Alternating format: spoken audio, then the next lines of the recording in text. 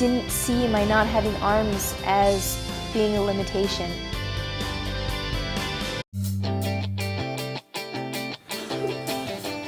Jessica Cox was born without arms due to a rare non-genetic birth defect, but this hasn't held her back from driving a car, gaining a black belt in Taekwondo, playing the piano, scuba diving, and becoming the world's first licensed armless pilot. Naturally, people saw the fact that I didn't have arms as a limiting factor, but I was there to prove them wrong.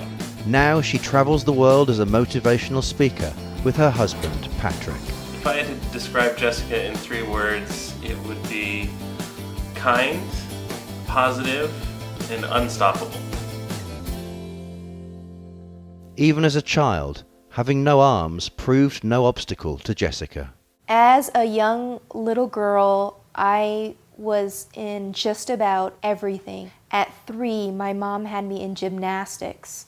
At 6, I started tap dance lessons. 10, I started Taekwondo. I did modeling. I swam starting at the age of 5. I did every activity you can imagine. She tried wearing prosthetic arms, but hasn't used them since. There's nothing that can substitute the tactile ability of flesh and bone, and my feet have the tactile ability to feel whether something was hot or smooth or rough. And it was just a lot easier to be able to make those connections with the feeling my feet provided. Despite her adventurous spirit, she had always been afraid of flying until she had a life-changing experience. One day, a fighter pilot came up to me and he asked if I wanted to fly in a single-engine airplane. That idea wasn't something that I was too enthusiastic about, but he encouraged me, my dad encouraged me, and I gathered up my courage. I was sitting right beside the pilot and he asked if I wanted to experience putting my foot up on the yoke. And when I did, and I had a feel for what it was like to handle that airplane, I knew I wanted to become a pilot.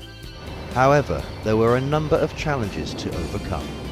Who would teach me what type of airplane? Was this realistic? Would this be safe? Of course, the safe and realistic part I didn't even consider because I knew if I wanted to become a pilot, I was going to do everything I could.